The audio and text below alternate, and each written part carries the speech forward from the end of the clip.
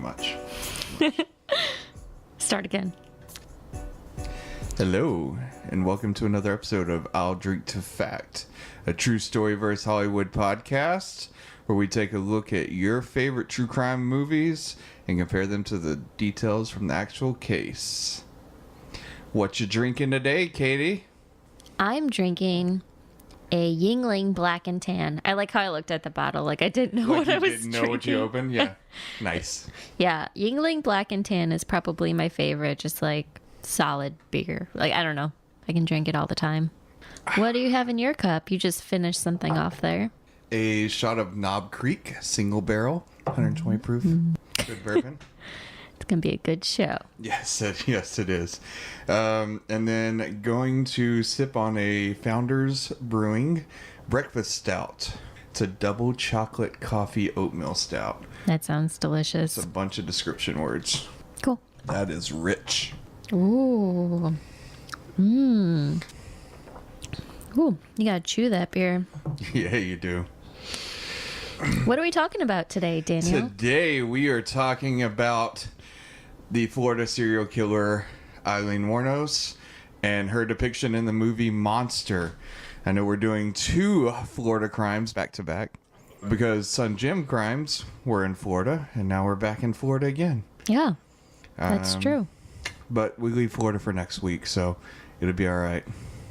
So, talking about Aileen Wuornos and the movie Monster.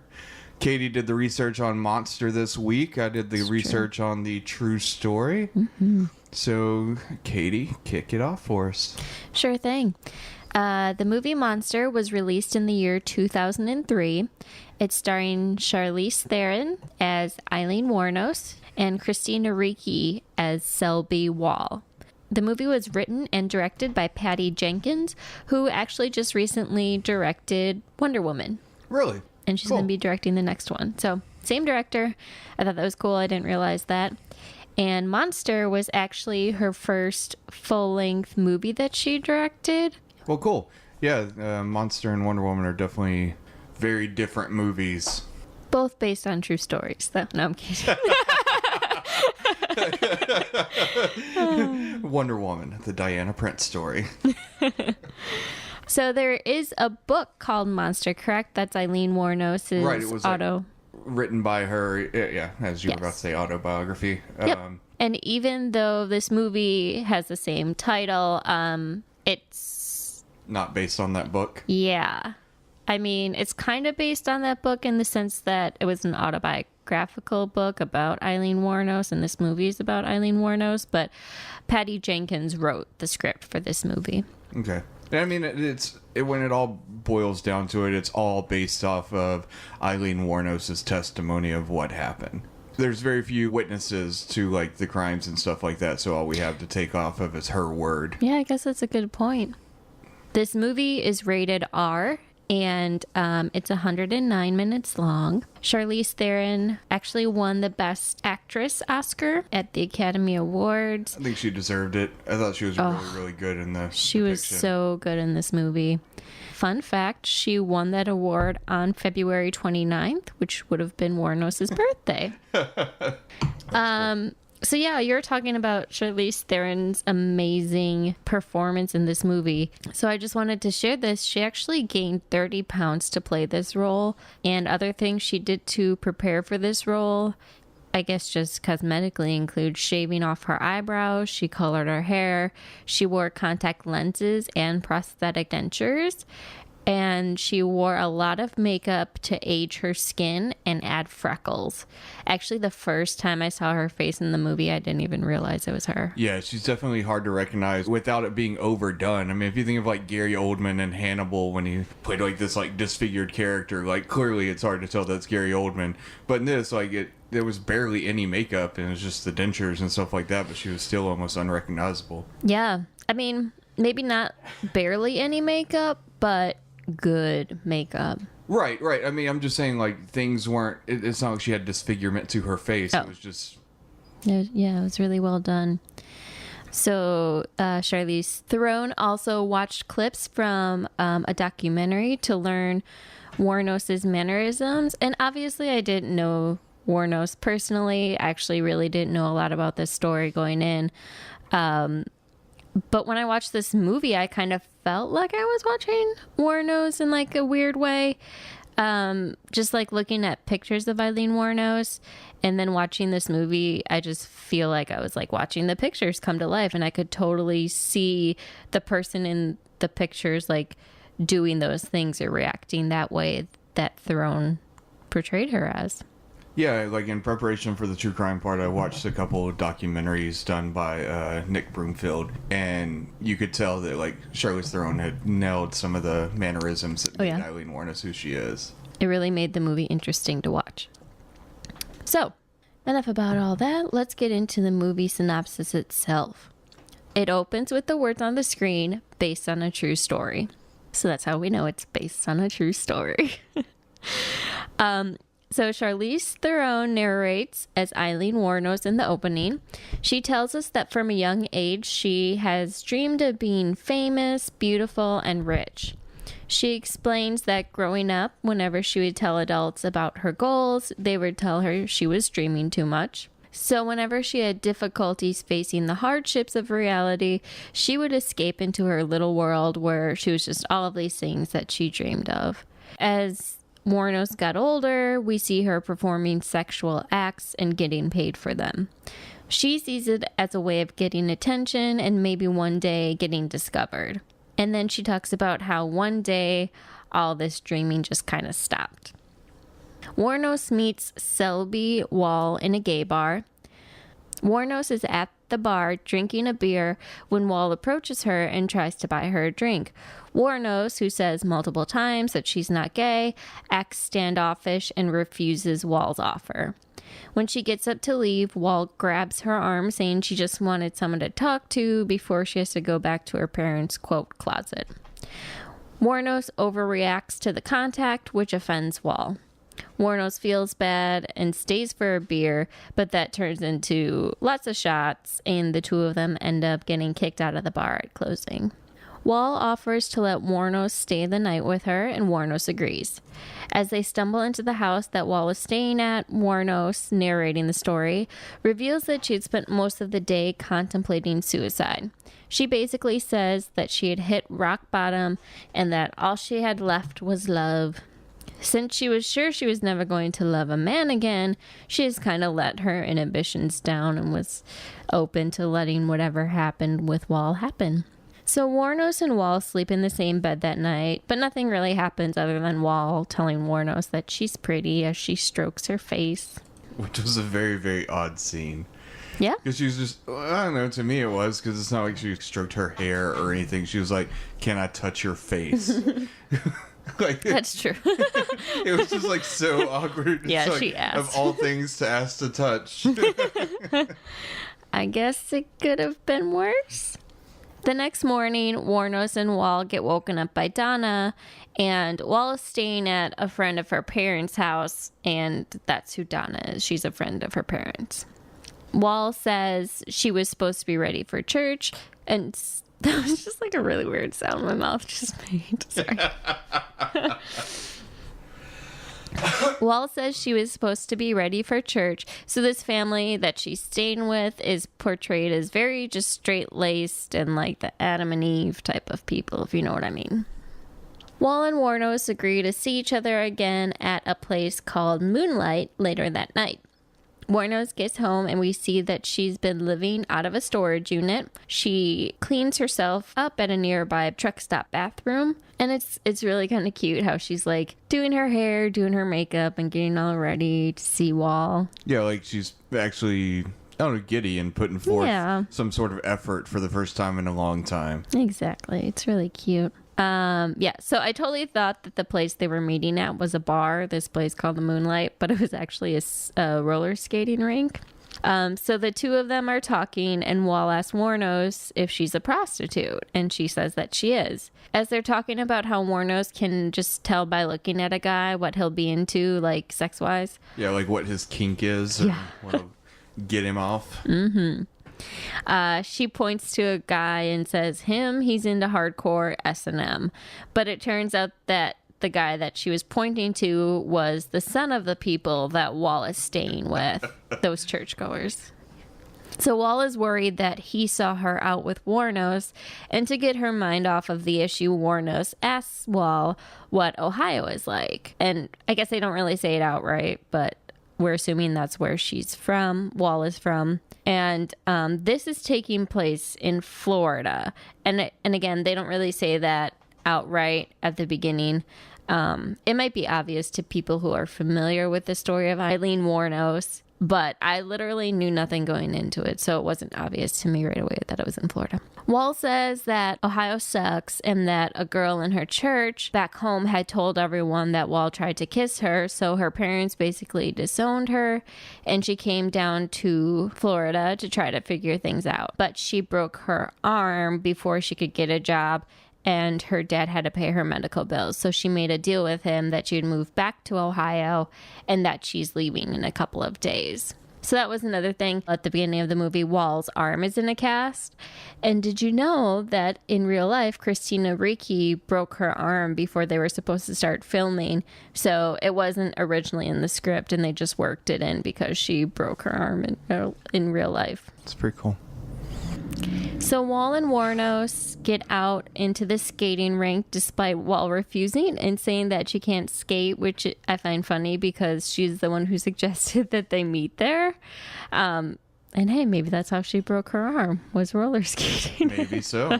So in a cliche way, like the slow song comes on and Wall and Wuornos end up slow dancing / slow skating together to Don't Stop Believin' by Journey. Everybody on the floor, it's couple skates. Yes. Apparently, did you know Steve Perry was a music consultant for this movie? No, that's awesome. Which I think is funny because I think this is the only song in the movie. What year did this movie come out? 2003. Wow, okay. I just think it's funny that it's like the only song. He's like, I'll be music consultant, but just put this song in. But you've only got to play Journey. No, that's pretty cool. Yeah. Side note, we did see Journey last month. We did. And they were awesome. Yes, they were. So Wall and Wuornos end up kissing. I keep wanting to say on the dance floor. It's a skating rink, on the rink, out in the rink, whatever you would say. That leads to them making out in the alleyway behind the rink. Wall gets uncomfortable when a group of young people walk by, and she says she wants to go somewhere else to do this, but they can't go where she's staying. So Wuornos suggests a nice lawn down the way. I don't think Wall liked that. But Wuornos suggests that since Wall will still be in town the next day, that they get a hotel room. Wall says that she can't pay for it because she doesn't have any money, and Wuornos says, don't worry, I'll get the money. Doing what she does best. Blowies. Giving blowies. Unfortunately, during one of her appointments, the John that she's with drives out into the woods and he hits her over the head with a pipe, knocking her out. He ties her hands up with rope and ties them to the car door handle. When she comes to, he begins to rape her with something. You can tell it's not his penis because he's like... Oh, yeah, he's like jamming something. Ugh, yeah. May have been his fist? No. You Maybe. think? I think so, just the way that it was... I mean, I don't know for a fact, but... Oh. Yeah. Well, that's happening, and then he starts kicking her. And then I think he pours like rubbing alcohol on her because she's got the gash in her head. And he pours this on her head and she starts screaming like it stings. Yeah, I think you're right. Okay. So she screams and starts like thrashing around. And as she's thrashing, she manages to loosen the rope, freeing her hands.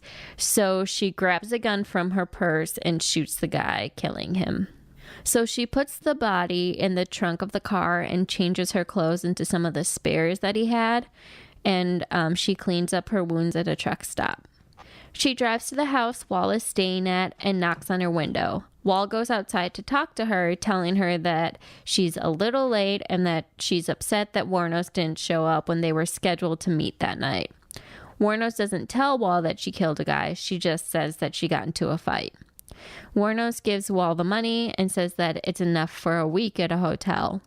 But Wall gives the money back, saying that maybe she can come back to visit Wuornos later. Wuornos persists and asks Wall to give her 1 week.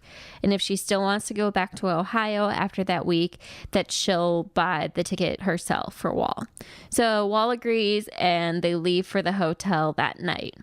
And when Wall asks where Wuornos got the car, she just says that she borrowed it. The next day, or a few days later, we see Wuornos cleaning out the car and burning the body of the John she killed.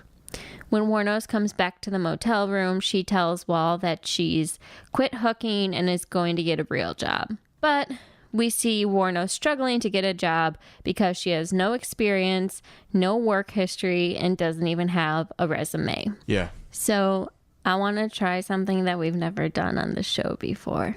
Okay. There's that scene where Wuornos flips out in the lawyer's office. Can I play that clip? Yep. So this clip that I'm playing, it's Wuornos looking for a job, and I think this is one of your favorite scenes, but she goes to interview with a lawyer and kind of flips out because of his reaction when he interviews her. So. Is love and to believe in yourself. And then there's nothing you can't do. Right. You make sure that I have all of this straight. Basically, you have no experience, no college degree, no resume, no work history whatsoever, in fact, and now you would like to be a lawyer, right? No, see, I'm sorry, but when I read the ad, it said that you were looking for a secretary. Okay. Well, you need to learn how to type. You'll need computer skills. Most of our secretaries have college degrees. In fact, most of them have specialized in law. I don't mean to sound harsh, but frankly, it's a little insulting. I see you're from Daytona Beach, and all of that looks great. It must be wonderful. But can I tell you something? When the beach party is over, you don't get to say, you know what? I think now I'd like to have what everybody else has worked their entire life for. It doesn't work that way. Fuck you, man. Yeah, fuck you. You don't fucking know me. Okay, great. That's great. See, now I'm so sorry I didn't hire you before. Leslie, could you please escort Miss... I don't even know her name because, of course, she doesn't have a resume out. You don't need a fucking escort, you piece of shit. What, you think I'm a fucking retard? Take your fucking job and fucking shove it. Fuck you, Leslie. So I know you really like that clip, and I wanted to share just the part at the end that gets me. the fuck you, Leslie. The reason why I wanted to play it was to tell you that line was ad-libbed by Throne. So Good. I thought you would enjoy like that. Yes, definitely. I love when stuff like that's thrown in. In relation to the true story, I'll get to something later that displays that fieriness in Aileen Wuornos and that like impulsive rage. Cool. Also, the word fuck and its permutations were said 189 times in this movie. I mean, just thinking about the sheer volume of times that word is said, the movie is 109 minutes long, so... Right, there's more fucks than there are minutes in the movie. That's how many fucks I give. Okay. So back to the story. Eventually, Wuornos ends up finding a newspaper article about the John she had killed, and it says that the police have no leads in this murder case. So when she gets back to the motel room that night, her and Wall get into it because Wuornos hasn't gotten a job yet, and they have no money, and they can't even buy food. Wall confronts her and asks Wuornos why she quit hooking. Wall thinks it's because Wuornos is trying to take advantage of her, but Wuornos finally tells her it's because she had to kill a guy because he beat and raped her. So Wuornos shows Wall the article that says that the police have no leads and says that she will go back to hooking because she was only afraid of getting caught before. So Wuornos goes back to hooking and gets picked up by another John, affectionately called the Daddy John in the credits because he wanted Wuornos to call him Daddy. To which she responds, "Why, you like to fuck your kids?" So Wuornos is just uncomfortable during the foreplay and it's really awkward. And he asks her about it. He asks her what's going on. And she says that she just likes to settle up first. So he gives her the money and pulls his pants down, waiting, and she just shoots him. She shoots him until he's dead and says, "Fucking child molester." So I'm wondering if that was kind of her justifying to herself why she like had to kill him, because he hadn't really done anything to her other than just, I mean, being a creep who I think she was picked just up a looking hooker. for a reason. Then narrating, Wuornos goes into this monologue about how when she was a kid, she remembered when the 4-H club set up a Ferris wheel in her town and they called it the Monster. She was so eager to ride it that when the time came, she was so nervous and nauseous that she threw up on herself before the ride even made one full turn. She says that's how her life has always been. It's the harmless stuff that hurts the most and the horrible things that are easier. So Wuornos takes the car like she did with the last John she killed. And again, Wall asks where she got the car from, and Wuornos says she borrowed it from her friend Thomas, who's letting them borrow it while they move because it's time they moved out of the motel room. Oh, and there is one more song in this movie. So after this, they end up having sex together, and the song Crimson and Clover by Tommy James and the Shondells is playing. Nice. So Steve Perry's like, that one's okay. So Wuornos and Wall have moved into a house and Wuornos is still hooking for money. One night she gets drunk and falls asleep on the couch, and the next day Wall tries to wake her up wanting to go out. When Wuornos doesn't wake up, Wall takes the car and goes out. When Wall finally comes home, Wuornos is pissed. She's pissed because Wall took the car, which unbeknownst to her belongs to a dead guy. So they get into an argument, and Wall says that she's sick of staying in the house all the time. So one day, Wall is driving one of the cars that Wuornos got for one of the guys she killed, and Wuornos is riding with her in the passenger seat. Well, Wall crashes the car into a ditch in front of an older couple's house. So Wuornos freaks out, and she's trying to get them out of there in a hurry, and Wall's kind of dazed. But Wuornos is trying to get them out of there because she doesn't want the police to come and realize that the car belongs to a dead guy. So they drive the damaged car to a vacant lot. Wuornos takes off the plates and wipes it down with Windex, and they ditch the car. In the next scene, Wall and Wuornos are packing up some things. Wall asks who killed the guy who owned the car, and Wuornos says, "Who do you think?" And Wall realizes that Wuornos did it and starts yelling at her. To calm her down, Wuornos shows her a collection of newspaper clippings showing that, again, the murders are unsolved and they don't have any leads. So Wuornos and Wall sit down and have a talk. At one point, Wall says, "We can be as different as you want, but you can't go around killing people." I think it's a good rule. Right? Well, Wuornos shoots back with, "Says who?" She leans back and says, "I'm good with the Lord. I'm fine with him." People say, "Thou shalt not kill," but who knows what God wants? People kill each other every day. And for what? For politics, for religion, and they're heroes. There's a lot of shit I can't do anymore, but killing's not one of them. And letting those fucking bastards out there go and rape somebody else isn't either. Then Wall says, "No, Lee, that was one man. They can't all have been bad." And Wuornos replies, "You know me. You think I could do it otherwise? I'm not a bad person. I'm a real good person, right?" So I just really like that exchange because it kind of showed how Wuornos thought that she was in the right and just trying to do what she thought best. Right. So the next John that Wuornos gets, she leads him out into the woods, and as they're walking, she lays out a blanket, and when he asks why they had to come all the way out there, she says that she didn't trust him because he had a gun in his car. Then as he's undressing, Wuornos kind of gets into this rant about how much she hates hooking and how it's messed up that married men sleep with hookers, and how she was raped as a girl by her dad's best friend. So uncomfortable, this guy starts putting his clothes back on. It's funny, you can like see the look on his face like, well, guess He's I'm like, not I getting. didn't sign up for this. Yeah.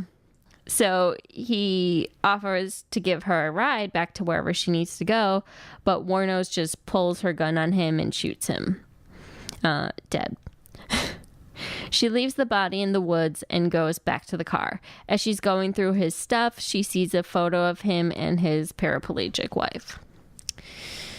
She rifles through more of his things and she sees that he's a cop. So she doesn't take the car this time and she just sprints back to the motel. Which, at this point, I noticed they didn't really like say it, but they moved back into the motel from the house because they had moved into a house and now they're back in a motel. Anyway, so Wuornos tells Wall that they need to get out of there right away, even if it means taking a bus. Wall says they can't take all their things on the bus and asks what happened about the car. Wuornos tells her that she killed a cop, I guess by accident, and couldn't take his car. Wall says to her that she has to go out there and, quote, get another one. So Wuornos goes out, and meanwhile, Wall sees a news report saying that they are now looking for a serial killer and shows sketches of Wall and Wuornos. In another location, we see the couple who owned the house where Wall crashed the car, confirming their identities for authorities based on those sketches. They're saying, like, yeah, those are the two that crashed that car. Right. So Wuornos is walking along a road, and she waves a guy down, and he picks her up. I don't want to talk about this one. She gives him her spiel about trying to make some cash in order to get down to Miami to see her kids, and kind of like starts dropping the hint, maybe I can help you if you help me. Like, you know, I'm trying to make some cash here. Wink, wink, nod, nod. And this guy, he's just genuinely trying to help her. He says, well, maybe I can get you a change of clothes, a shower, a hot meal. He's like, I'm sure my wife and I can help you out.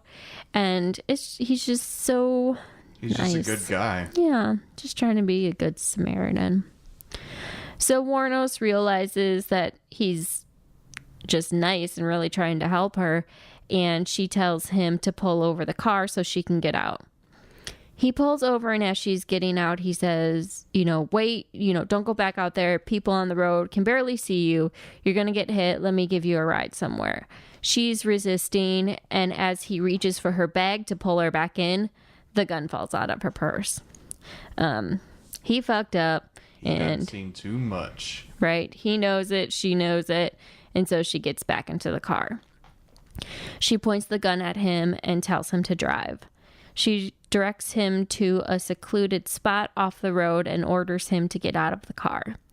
He tries giving her his wallet, his keys, and telling her that there isn't anything that they can't fix, and she just tells him to turn around and get down on his knees. And the whole time he's crying and begging her not to kill him, saying that she doesn't have to do this, and Wuornos is getting really upset too. And she says, I can't. And he says, you don't have to. You don't have to do this. You're just having a hard time of it. And we start to believe that maybe Wuornos' heart is getting the better of her and that maybe she'll let him live. But she says, no, I can't let you live. And he says, oh my God, my wife, my daughter is having a baby. And Wuornos yells at him to shut up and says, oh my God, I'm sorry, and shoots him. It was a rough scene. Yeah. Yeah. We said while watching this movie, like, it was just like a really hard scene to watch just because it was so emotional. And the actor who plays the victim in this scene is Scott Wilson, if you're familiar with him. If you're familiar with The Walking Dead, he plays the dad at the farm. He actually turned down this role several times because he thought that in order to play this part correctly, he would have to go to a place emotionally that he didn't think he was prepared to go as an actor. But I just got to say, like, I think he just, like, fucking nailed it in the scene. No, he was good. And I was genuinely surprised by the actors that they got to play the Johns. Nobody was, like, A-list status, like those kind of guys. But every single one of them were like, oh, that's that guy from that movie type of people, Mm-hmm. He was the only one I recognized. Scott Wilson. Well, I recognize Pruitt Taylor Vince.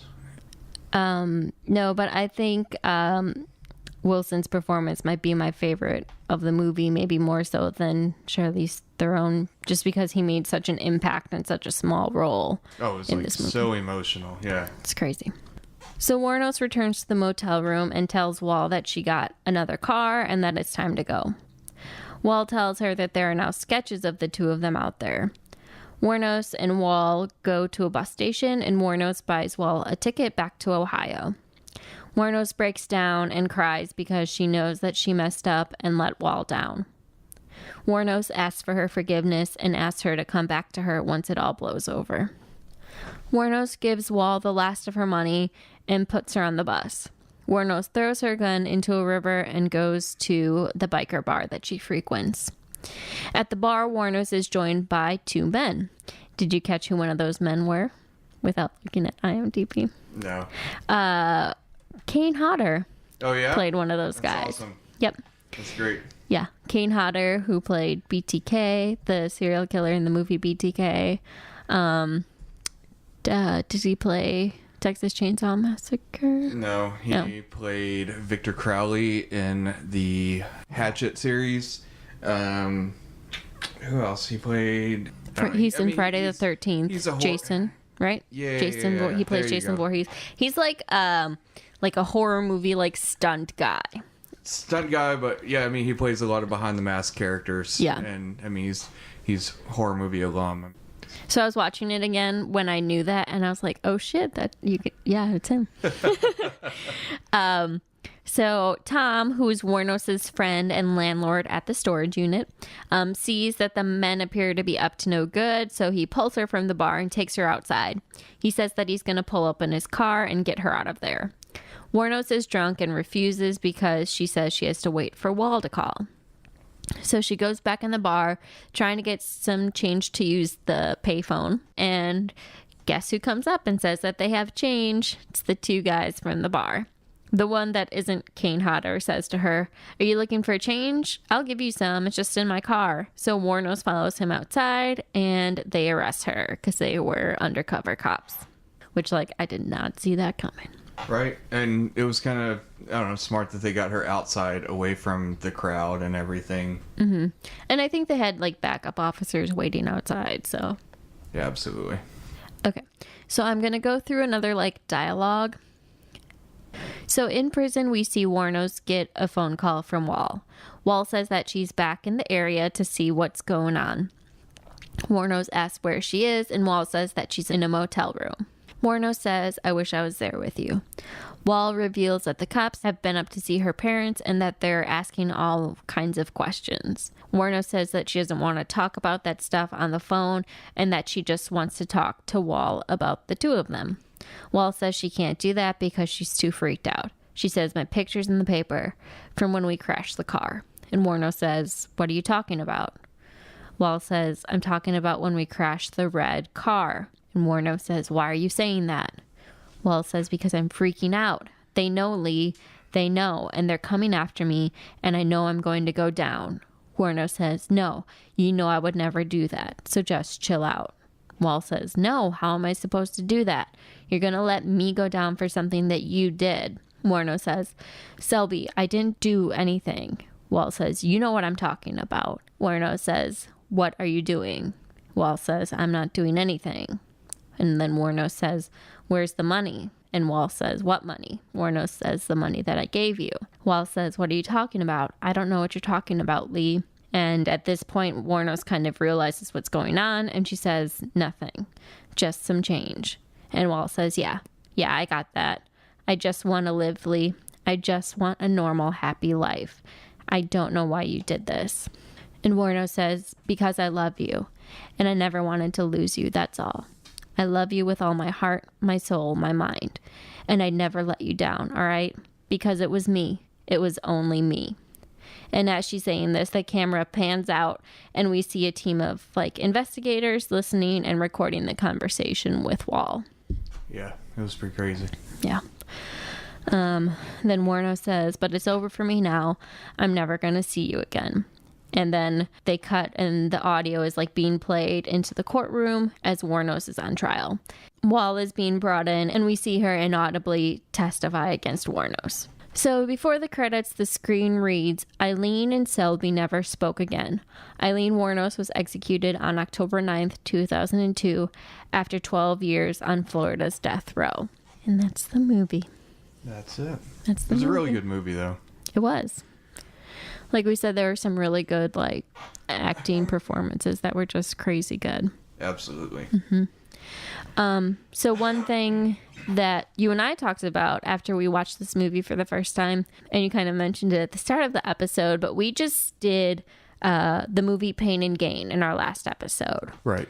Daniel Lugo and Adrian Dorbel committed crimes around 1994, 1995, and they were convicted in 1998. Wuornos was convicted in, they didn't say what year it was in the movie, but it was like, what, around 1990? Well, they said that she had spent 12 years on death row, so I would assume... Right, so that's what I'm getting at. Yeah. So it would have been 1990, and she was executed in 2002.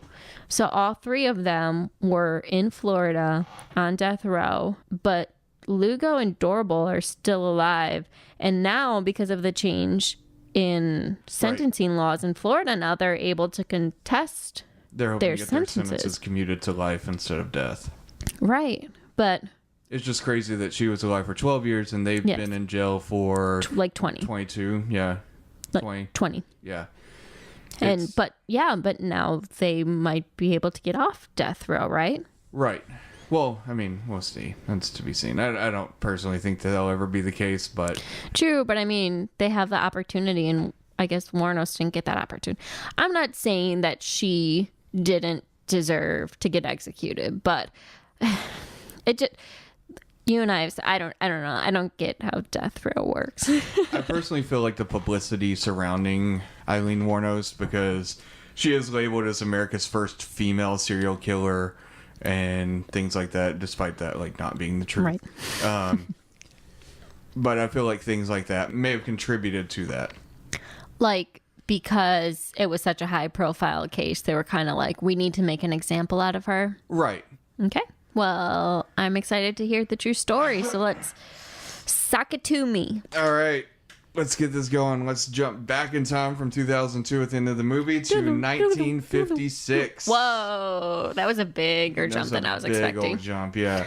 So Aileen Wuornos was born Eileen Carol Pittman on February 29th, 1956 in Troy, Michigan.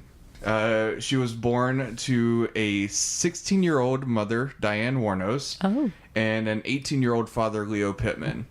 And at this point, she actually had a older brother by 11 months. So Same parents. Yep. Her mom gave birth to her first child at 14. That's crazy. Yeah. So whenever Aileen was born, her father was actually incarcerated at the time. And her parents divorced shortly thereafter. Oh, so they were married even though she was 16? She got married at 14. He was 16. 2 years later, they now have 2 kids. He gets arrested. To Crazy. Put in jail. Okay. She looks at it as a way to get away from him. And Aileen actually never met her father. Okay.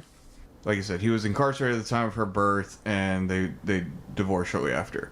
So let's talk about Eileen's dad for just a short second. His name was Leo Pittman. He was diagnosed with schizophrenia. He was arrested later on, not the time right when she was born. He was arrested later on and convicted of sex crimes against children. I think one reporter I saw said that he had like abducted and raped a 7-year-old. Oh my God. Yeah. And he ended up in 1969 in prison hanging himself in his jail cell. Oh, really? Yeah. Eileen's mom abandoned her 2 kids when Aileen was just 4 years old. Yep. They were adopted by her grandparents, her mom's parents.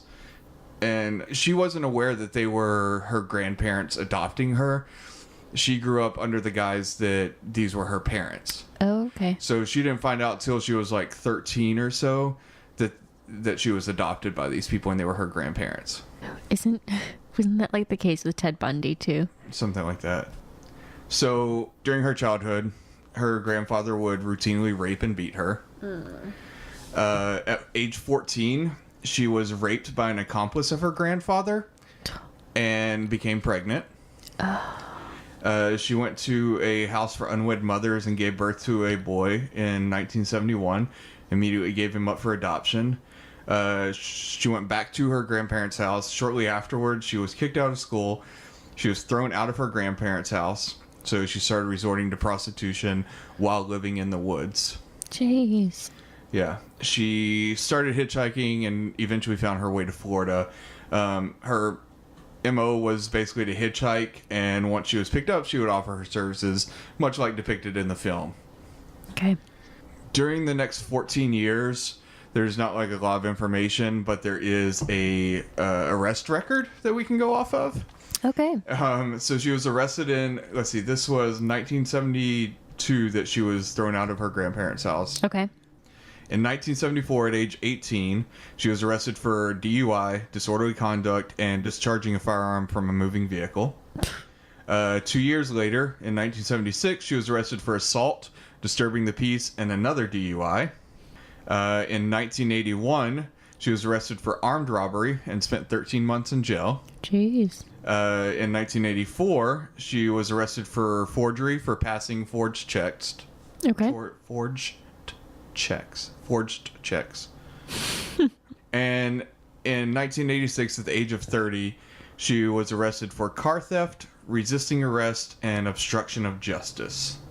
So it was later in 1986 that she met Tyra Moore, who is the real-life counterpart of Selby Waugh.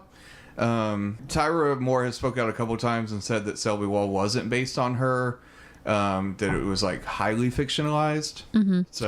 So I saw something on IMDb stating that in order to avoid legal issues, the character of Selby Waugh was created to kind of stand in for Wuornos' girlfriend, and they made sure that she didn't resemble the real girlfriend at all because she doesn't even look close. Exactly. Like, they don't even look alike, and that was to avoid legal issues because apparently, what'd you say her name was? Tyra Moore. Tyra Moore. Apparently, she was like very prone to suing people. Yeah. And they had to get the script, like they had to pass it through her and have her approve it before they could make the movie. And they're like, we're just not even going to have any resemblances. So she can't say anything about it. Which is smart. Yeah. Yeah, actually, I was looking at pictures of people involved in this case, and Tyra Moore looks strangely similar to Aileen Wuornos' dad, Leo Pittman. Are you serious? Yeah. It's wild. And, I mean, but she never met him, so... Right. It's not like it's like a daddy issue thing, because she never even met him. Interesting. So they met at a Daytona Beach gay bar, like depicted in the movie. Despite Aileen not being a lesbian...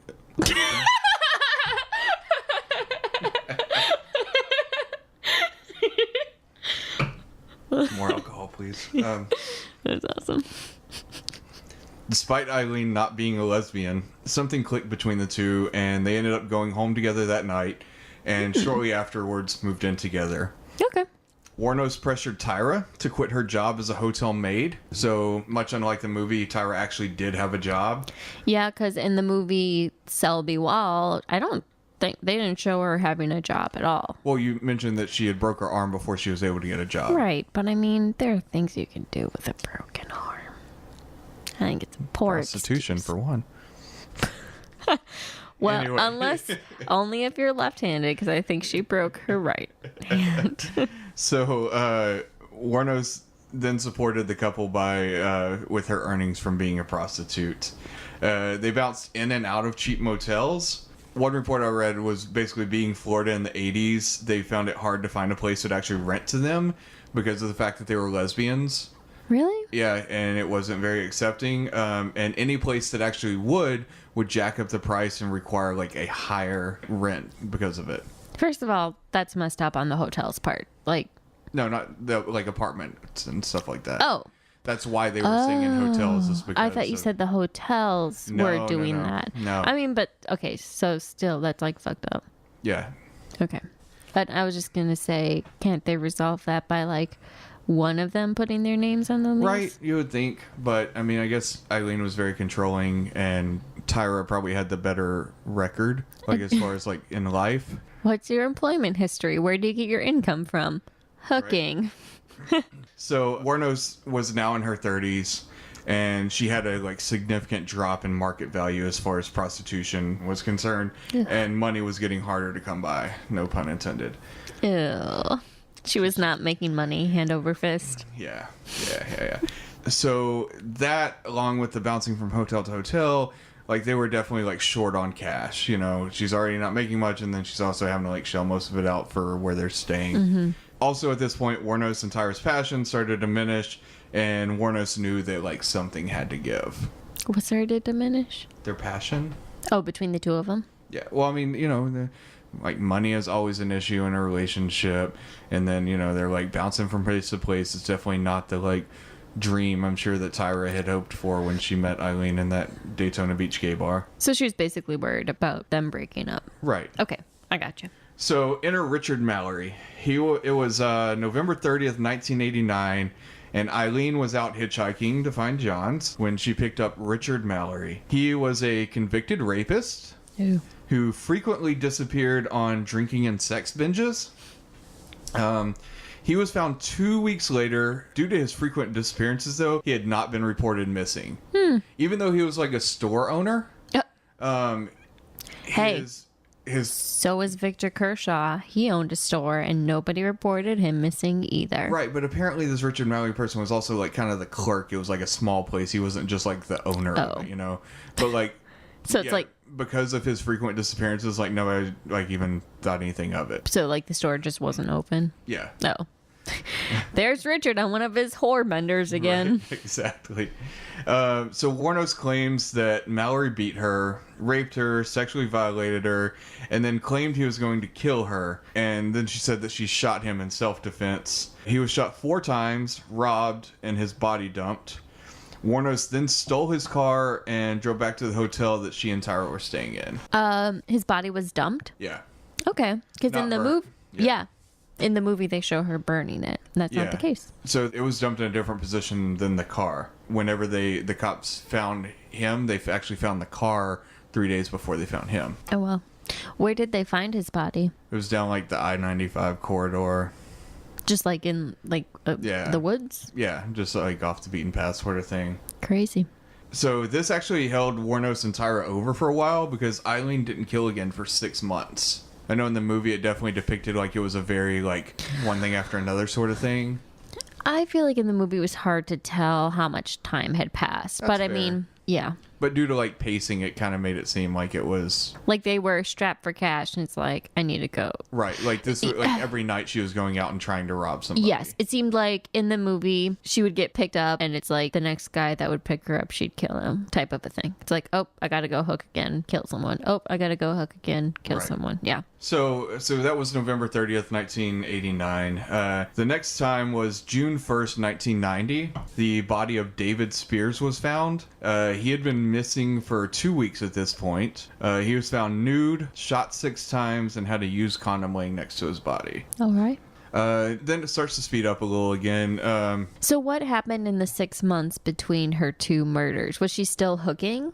Yeah, she was still hooking, and Okay. I guess her and Tyra were doing fine. Okay. There's not a lot of detail on it. Okay. I was just curious if she had stopped hooking for 6 months. I don't think so. Okay. I mean, you can't assume that they robbed him that much, especially for Right. 6 months, Because, and again, to your point, so I guess in the movie she killed the first guy and was I'm going to quit hooking. So I was oh, did she really quit hooking in real life? But we got to kind of assume that in order to pay their bills and stuff, she was probably Right, hooking. because, I mean, she had already forced Tyra to quit her job, so... Right. Okay. 5 days later, on June 6th, and over 30 miles away from David Spears' body, Charles Carskadon Sure. was found. His body was so badly decomposed that they were unable to estimate a time of death. Oh, shit. And he had been shot 9 times. Ooh. It's assumed that he had died before David Spears, Okay. but they really couldn't tell. That's crazy. Yeah. A month later, on July 4th, 1990, Wuornos and Tyra crash a gray, not red, Pontiac Sunfire in the front yard of Rhonda Bailey. Hey. I thought it was interesting, though, that they got the same car. Yes. But it was a completely different color. I guess red was flashier for the movie. That's true.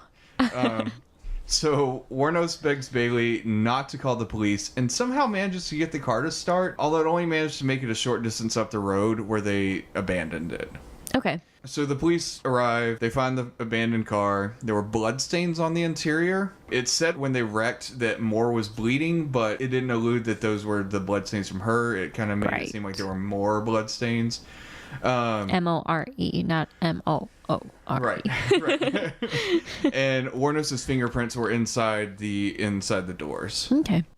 Did they remove the license plates from that car like they did in the movie? Yeah, actually, with her bare hands, supposedly. Shit. Yeah. Hand jobs, man. Work up that grip muscle. I guess.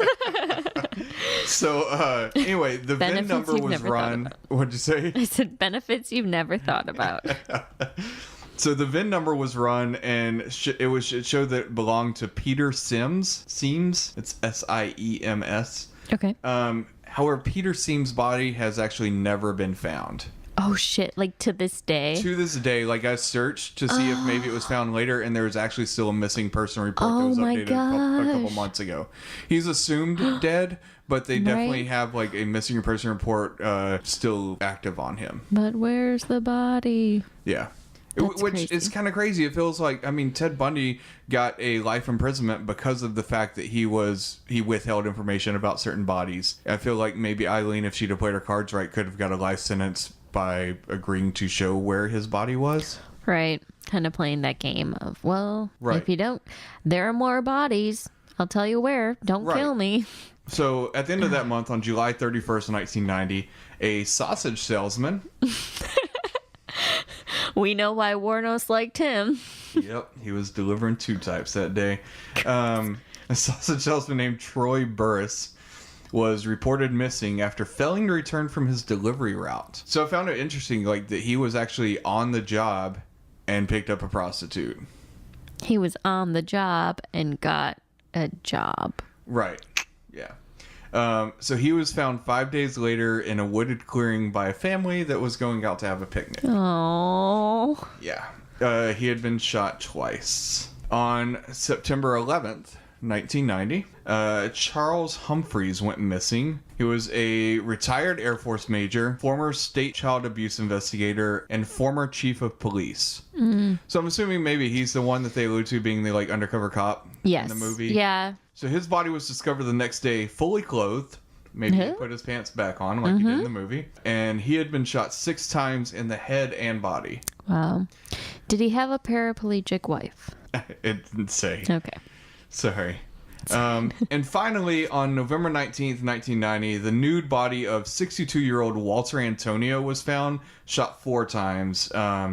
There's not much there, like as far as like when he was reported missing or anything like that. But it was determined that he had been dead for less than 24 hours. Oh, shit. When they found him. Right. So that makes it right at about a year because her first murder happened on November 30th, 1989. Okay. And her final murder happened on November 19th, 1990. And how many was that? 6? 6 with Peter Sims still considered missing. Okay. It's 7 attributed to her, but only 6 that they know of. Know what I mean? So she says that there are 7. We'll get to that. Okay. So in late November, local police had formed a multi-agency task force. They were now convinced that the 2 women that had wrecked Peter Sims' car were responsible for the deaths, like all these Johns. The police worked with local newspapers and released sketches of Tyra and Aileen. Okay. Just like in the movie. Yep. So by mid-December, police had received multiple calls about the same 2 women. In Florida, they had received calls saying that their names were Tyra Moore and Lee Blahovec. They said Lee was the dominant one, a truck stop prostitute, and they were both lesbians. Where did they get the last name from? Do they think she was using like a fake name? So there was actually, I didn't write down all the aliases, but they got phone calls from like Colorado saying that the like woman was this other person named like Marion something or something like that. Like there was like 4 different aliases that she had. And actually they used these aliases to help build a case. Because police were able to track down a few of Aileen Wuornos' aliases and found lots of physical evidence, including the fact that Aileen had pawned a radar detector and camera belonging to her first victim, Richard Mallory. And she had also pawned tools from her second victim, David Spears, under one of her aliases. Oh, Oh. So they now had their suspect, and they started the search for Aileen Wuornos. On January 8th, 1991, undercover detectives found Aileen at a bar called Port Orange Pub. They talked with her for most of the night and ended up leaving around midnight. They didn't have a lot of evidence, so they were trying to like Get more coax out of something her? out of her, you know? Okay. Wuornos actually slept in the bar that night. The next day, Aileen went to the Last Resort Bar, which is a still existing bar. Apparently, they have a plaque there saying that Aileen Wuornos had her last free beer there. Her last free beer? Like freedom. Oh, I gotcha. So it's funny you mentioned The Last Resort, because that's one of the fun facts I have. So the biker bar in the movie, they were actually filmed at The Last Resort. And I found that there's a scene in the movie where a bartender refuses to serve Wuornos because she's like ringing up a high tab. And that is actually the real owner of the bar in that scene. Oh, cool. And apparently, he infamously hung a sign in his bar that said, "Cold beer and killer women." I want a shirt that says that. So, like I said, the next day, Aileen went to the Last Resort Bar where the two undercover detectives met up with her again. They planned to get her talking again, but the bar was setting up for like a barbecue for like some bikers that night. Okay. And so they decided like, hey, we can't wait till this place is full of like drunk bikers and try to do this. So they decided to take her down. So they offered for her to get cleaned up for the barbecue at their hotel, and she accepted. Oh. So these two guys escorted her outside. Once outside, she was arrested. However, she wasn't arrested for the murders. Once again, her aliases came into play because the murders weren't even mentioned when they arrested her. She was arrested on an outstanding firearms warrant that one of her aliases had. Oh. In the movie, when she's on the phone with Wall, I didn't say this, but at the beginning of their conversation, she thinks that she has a chance of getting out still because she says, you know, I've still got a chance. They've got me in here for some old warrant. And that must have been what she was talking That's about. what she was talking about. So the next day, Tyra Moore was located. She had left Wuornos at some point and moved in with her sister in Pennsylvania. Okay. Not Ohio. Nope. So the two detectives flew up to interview her. Moore told them everything and then flew back to Florida to help with the investigation. Okay. So meanwhile, Wuornos, like you were saying in the movie, was convinced that she was only there for the outstanding weapons charge warrant and that nothing of the murders was known. So she even talked to Moore on the jailhouse phone, like portrayed in the movie, and tried to speak in code as to not raise any suspicions about the murders. Shit. And Tyra was actually being surveilled, and there, like, she was in a room with people who were like listening in on the phone calls and everything. And over the next 3 days, Tyra was able to convince Aileen to confess. And on January 16th, 1991, Aileen provided a full confession. However, she did claim that all of the murders were in self-defense. Okay. Can you find that audio anywhere of her confession on the phone or anything like that? There was a video of like her confessing that I Like- came across, Okay. Like in court or... like in an interrogation room. Oh, okay. I was just curious. So sometime in the next 2 weeks, a 44-year-old born-again Christian named Arlene Prawl saw Eileen's picture in the newspaper and felt moved by Jesus to write her a letter. Prawl and Wuornos developed a friendship, speaking many times over the phone. Prawl even convinced Wuornos to get new defenders, saying that the ones that she had were only like out for money. And then Prawl ended up appearing in tabloids and on talk shows speaking for Aileen. Really? Like saying like if you knew the real her, you would know that she could never do any of this and things like this. And before her writing this letter, she had never met Aileen before. Right. Never Like- met her in person? Right. Like Jesus just told her that this is what she needed to do with her life. Crazy. Okay. Okay. So despite talking phone, being in tabloids, on talk shows, stuff like that, Prawl, however, was not allowed to visit Wuornos in prison. So they had never met face to face because only family members could go to prison to see, I guess, people on death row or whatever the case, awaiting trial. Okay. Okay. So, on November 22nd, 1991, in a weird-ass turn of events, Prawl and her husband legally adopted the 35-year-old woman, making her adopted daughter so she could visit her in prison, Having never met her. having never met her. How old was this lady? 44. So at least she was older. Right. That is funny. I never heard that. The Pearl Lady went on to make a lot of money off of this situation. Like eventually like signing like a $50,000 deal for like her story and stuff like that. Do you think it was all a ruse to get money? I don't know. I mean, you know, That'd be a weird thing to make money off. Like, no, not if you really get like, so a lot of the stuff with this case, there has been, I mean, like from the get-go, all the lawyers were signing book deals. The media was getting paid like massive amounts of money. There was actually an appeals trial years later because so many cops had sold their story, like cops that were involved in it had sold their story, that like police were fired over it and stuff like that. I mean, it was like, that's what I say, like it was a media shitstorm and like everybody was looking to make a buck off of it. so you think this lady saw her opportunity and was like, I mean, I think that people are just shitty in general usually, and that was definitely the case. Maybe it was Jesus. We don't know. But I'm just saying, like, it definitely became a opportunity for money. that's so sad to like take advantage of her when it's like, you know, she came from such like a bad history and she probably just wanted a family and they're like, oh, we'll adopt you. But then they just ended up making money off of it. Ugh, okay. Yeah. So, on January 14th, 1992, Wuornos went to trial for the murder of Richard Mallory, who, interestingly enough, is the only person that she went to, like, murdered that she went to trial over. Really? Yeah. So, 2 weeks later, on January 27th, 1992, Wuornos was found guilty of the murder of Richard Mallory. She was outraged. Like, this is what, you know, the scene from The Lawyer reminds me of. She, like, yells at the jurors as they're leaving. She hopes they all get raped. Oh, shit. So I didn't talk about it, but there was a scene in the movie where the judge reads her ruling. We can't hear what the judge is saying, but then Wuornos, because they were like playing music over what he's saying, and then it like cuts and Wuornos says, "Thank you, judge, and may you rot in hell. Sending a raped woman to death, and you're all a bunch of scum. That's what you are." And she says that to the jury. So that kind of happened in real life, but worse. Right. She like tells the jury, "I hope you get raped." So the next day, after she tells the jury, "I hope you get raped," they have to come back and recommend sentencing. Come on, lady. So they recommend the death sentence.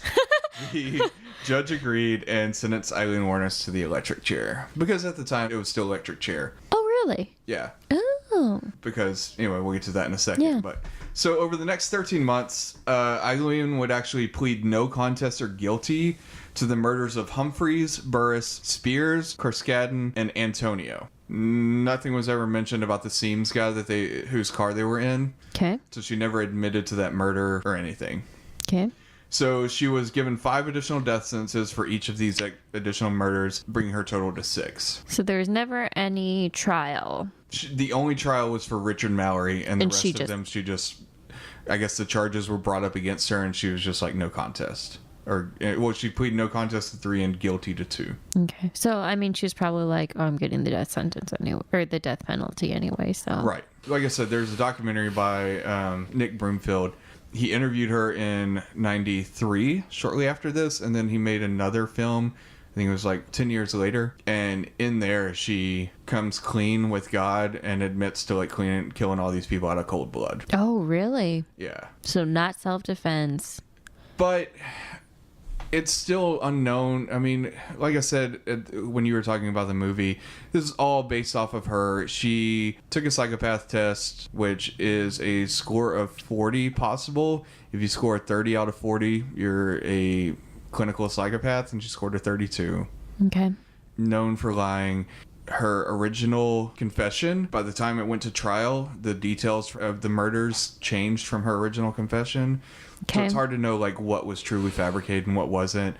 And around the time that she had her come clean with God thing, she actually asked to be executed early. Oh, are you serious? Yeah, they wouldn't do it. She was originally granted a stay of execution. Okay. Because of the fact that Jeb Bush was like, maybe she's crazy or whatever the case. However, like 3 psychologists examined her and they're like, no, she knows she's dying. She knows what she did and everything. So they didn't do the stay of execution. Okay. Do you want to explain what a stay of execution is in case people don't know what that means? Because I didn't know until you told me yesterday. Yeah. So a stay of execution is the governor of the state is who signs the death warrant that basically makes the execution happen.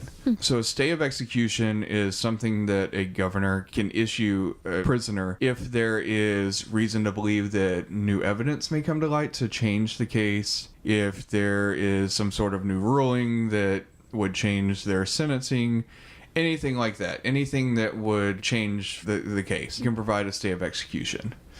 I don't know if it varies from state to state. I know in Texas they can provide a 30-day stay of execution, which basically gives you 30 days to provide evidence or whatever to make the change that granted you the stay of execution in the first place. I was looking at the Bush family because Jeb Bush signed execution warrants in Florida, and then George W., of course, was governor of Texas, which has the highest execution stats in America.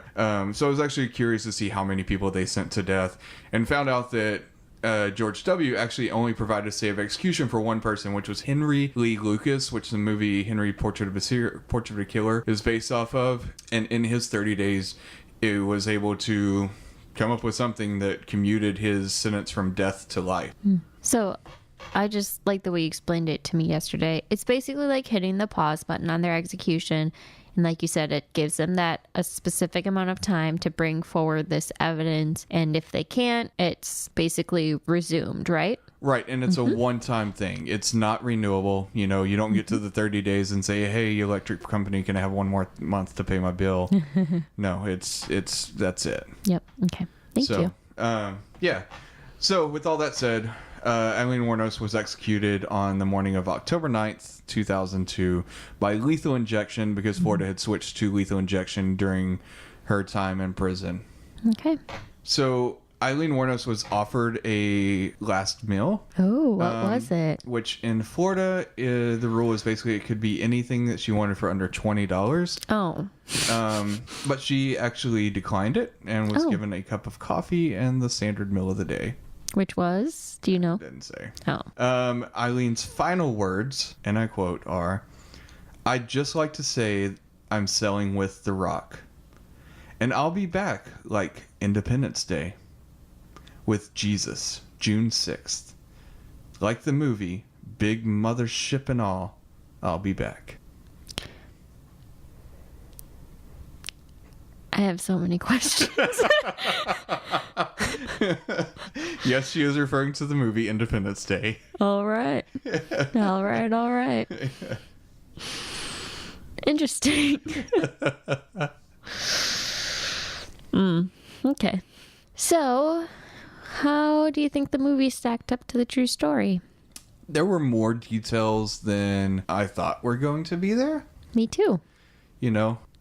Like the Pontiac Sunfire. Right. It's actually the first one that comes to mind. Right. The Pontiac Sunfire. And the fact that they got the car running again. Because I'm like, there ain't no way on the car's starting. Yes, it is. Mm-hmm. I agree. Obviously, big things that stick out as different are the Selby Wall character is mostly fictionalized, but from what I gather from your story, the role that the Christina Ricci character played was the same as Tyra Moore. So it's not like, because I was kind of wondering if Tyra Moore played more of a role, and that's why they were trying to protect her. Right. So in one of the documentaries I watched, there was an interview with Tyra Moore, and she claimed to have known about more of the murders than the movie. Because in the movie, I think Christina Ricci only said that she knew of the first one, and maybe 2. Right, and Tyra Moore said that she was told of the first one and told her to quit talking. And then in the future, she had come in and tried to mention things, and she basically just said, "I don't want to know." Oh, okay. But she definitely knew and had suspicions. Okay. Also in the movie, I think there were only, how many people were killed? 3 or 4? 3? 3, yeah. Okay. So obviously the death count in real life was higher. No, 4. You're right, 4. No. It was 3. It was 3 because she let the one guy off after giving him a hand job. Pruitt, Vince Taylor Pruitt. Yeah. Because it was like his first time and he was all she felt bad for shy him. and stuff. So He was stuttering and he had never done it before, so she just jerked him off. yep. Aw, Poor sympathy. But yeah, so she let him live in the movie. But yeah, so in the movie she only killed 3 people, when in reality she killed 6 to 7. Right. But the monologue at the beginning of the movie quoted a lot of things that were factual, accurate, just from her upbringing. Yep. It said that, you know, whenever she was like 11 and stuff is when she had her first sexual experiences, and she was trading sex for like cigarettes and food and things like that, as a like 11, 12-year-old. So I guess technically her prostitution even began then. Crazy. But on the other side, there was a lot left out about her history, like the fact that she was like adopted by her grandparents and then like raped by her grandfather and her grandfather's friend. I don't think in the movie they flat out said that she actually had a kid, because when she would like get picked up for hitchhiking, she'd be like, oh yeah, I'm trying to get down to see my kids in Miami, I'm just trying to raise some cash. And she showed a picture with 2 kids in it. Right. I think that story was completely fabricated, because if she had if she had a kid, it was going to be in Michigan, so I don't think the kid would have been in Miami. I mean, I guess he could have moved there for all I know, but it was given up for adoption immediately, so I don't think that it was ever like, hey, this is, you know. Right. But I'm saying in the movie, they never said anything about her actually having a kid in real life. Right. But yeah, I mean, like you said, there was a lot more fact to it than I was expecting, so. Right. Even the coded call from jail and things like that. I'm curious about that. Because, yeah, cool. that's kind of stuff I like to see and hear, is like the actual. But I will tell you, in doing the true story part of this, I got to a point where I was kind of sad as I was wrapping up my research. And not any sort of sympathy for Aileen and her as a killer. There's definitely sympathies for the families of the men that she killed. Yeah. Whether they were good people or not isn't for me to judge. But I don't think anybody deserves to die. But I definitely felt sympathy for just the tragic life that she had. Yeah. You know? I mean, it was... I agree. Just reading all the stuff from her childhood, and then... I mean, just all the stuff that went on, I mean, towards the end. I mean, even, like, I mean, she was, you know, they say that, like, serial killers in prison get the most, like, praise, I guess, like that. However, like, she was, like, bullied in prison. Like, Really? people would, like, piss in her food and stuff like that. And, you know, like I said, I don't think that justifies her killing, but I definitely think that she had a very, very tragic life that lasted her whole life. Yeah, I which is agree. saddening. I got really emotional at the end of this movie when she was just like betrayed by Selby. I mean, in the beginning of the movie, they portrayed, you know, she was just like trying to get attention. She wanted to be famous. She was trying to get discovered. And then she was literally on the brink of killing herself and met her girlfriend. And she thought that she had finally found someone who loved her and someone that she could love. And then to be betrayed by her, it's like, that's just like really sad. Like you said, she's had a tragic life, and it's like she thought that God had brought her to meet her girlfriend, and then to have her betrayed, it's just like, it's just so heartbreaking. But I mean, yeah, she did really bad things, but on a human level, it's like, you feel for her. There's a part of the movie that you didn't cover, which I understand why, because it didn't really, it was definitely fabricated. It's definitely not a true story thing. So, but at the beginning, she is holding a gun, sitting underneath the like overpass. Yep. Contemplating killing herself. And when she does meet Selby, she mentions something about she had planned to kill herself. However, she realized she had $5. Yes. And she thought of what she had to do to get that $5. And she thought if she killed herself before she spent that $5, then it was time wasted in her life. So that's why she walked into the bar, was basically to spend that $5. You're putting it a really nice way. She was like, well, if I didn't spend that $5, then I sucked that guy off for free, basically. I was you trying put to it make so poetically. I was going to do the Disney version. I like it. That was beautiful. Well, I mean, that's the overall, like, meaning, I mean, in her crass way. But like, that's what I felt is, you know, it was setting up the love story that this movie was. Right. And so, yes, to continue what you're saying, so she wanted to go into that bar to spend her last $5, and then she was going to kill herself. Well, then she said that she had made that deal with God. She was like, all right, I'm going to spend this last $5. If you're going to intervene, like, now's the time to do it, because then I'm going to kill myself. And then in the movie, she met Selby. And so, yeah, she kind of took that as, God brought her into her life for a reason. Right. And I mean, there's no like witness testimony to like defend that story, but I just thought it was a very, very smart setup to the movie. Yeah, totally. Which just goes more to like how great of a movie this was. It really was. It was a good movie. The Sad Life of Aileen Wuornos. Yep. So that was Monster and Aileen Wuornos. Yeah. I believe you had something you wanted to share with our audience. Yeah. So I just want to take a minute to talk about another podcast.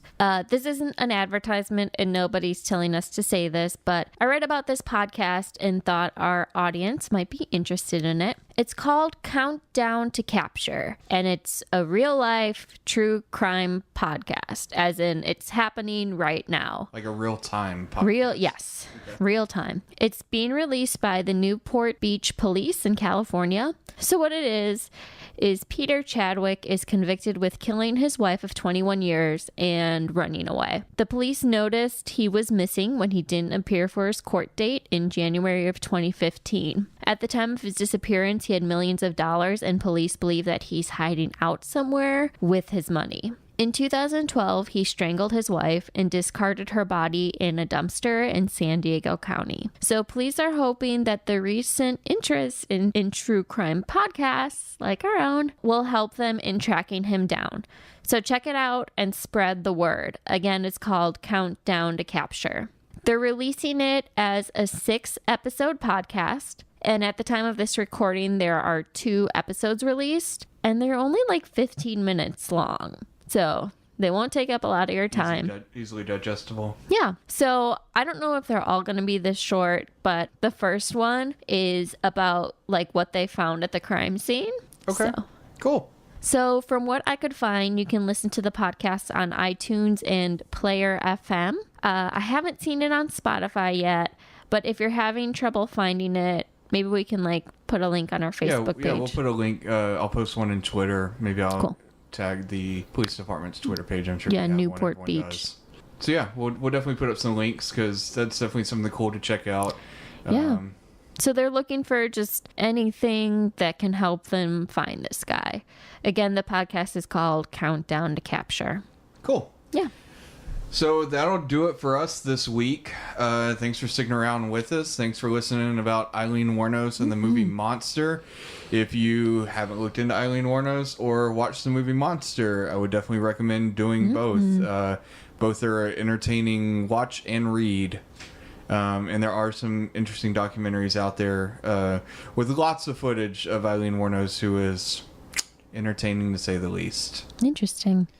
As always, you can find us on Facebook, Twitter, Instagram.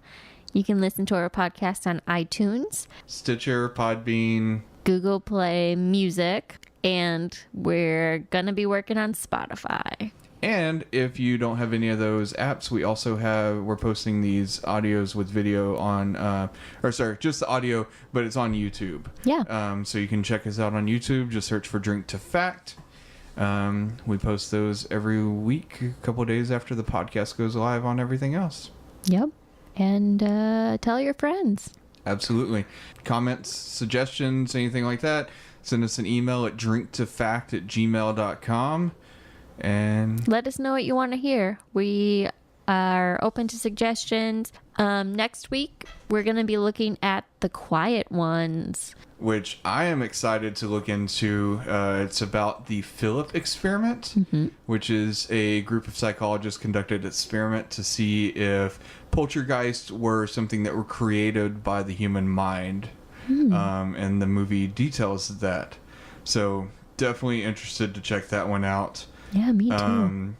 After that, we are doing Serpico. Which always makes me think of It's Always Sunny in Philadelphia. Right. Serpico is definitely an old movie, but it's a classic with Al Pacino in it. Speaking of old movies, the one after that is Helter Skelter. Woo. which talks about the Manson family. Yeah. So doing a couple older movies, and then we have some more recent movies coming up after that. Like I said, we've got a huge list, but please, if you know something that we should check out, send us a message. We're looking forward to it. Yeah. All right, guys, we will see you next week. Thanks for listening. And don't forget to review, rate, and subscribe. Very much. Thank you. Thanks, guys.